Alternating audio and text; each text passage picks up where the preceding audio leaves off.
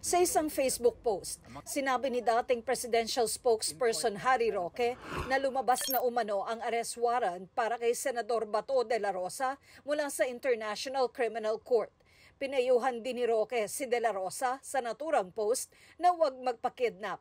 Sabay sabing dapat igiit nito ang karapatang maiharap muna sa isang korte sa Pilipinas. Sa huling balita, nasa The Hague si Roque pero wala naman siyang binigay na detalye kung saan niya nakuha ang impormasyon.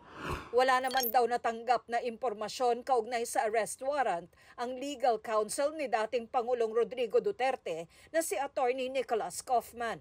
Aniya, labag sa prosecutorial logic ang paghiling sa karagdagang ICC arrest warrants bago maresolba ang mga inapela nilang issue sa kaso ni dating Pangulong Rodrigo Duterte. Si Ombudsman Jesus Crispin Remulla ang unang nagsabing meron ng arrest warrant laban kay De La Rosa. Pero sabi ni Attorney Nicholas Kaufman, hindi siya naniniwalang magpapabaya si Remulla sa posibilidad na ma-contempt sa pag-leak ng confidential na arrest warrant. Punto niya, walang ganoong panganib sa pagkakalat ng fake news.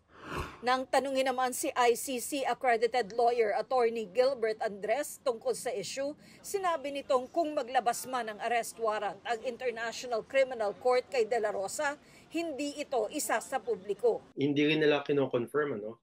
Alam naman natin, sabi ng spokesperson ng ICC na I don't have any info on that. At knowing ICC, they're very secretive, they're very careful about such sensitive issue. Kaya wala din silang publicly confirmed information on this. Sa tingin niya, mas magiging maingat pa ang ICC ngayon matapos ang magulong pag-aresto kay dating Pangulong Duterte noong Marso. Definitely, kasi napaka-sensitive ng ICC sa mga any potential repercussions. Kaya sa tingin ko po, mas magiging careful po sila. Lalong-lalo na kung may alleged ICC arrest warrant against kay Senator Bato de la Rosa. Hinihinga namin ang pahayag si Ombudsman Remulla. Pero para kay dating Senator Antonio Trillanes IV, na kabilang sa mga naghain ng reklamo sa ICC laban kay Duterte, I am not in a position to confirm or deny yung existence ng warrant na yan.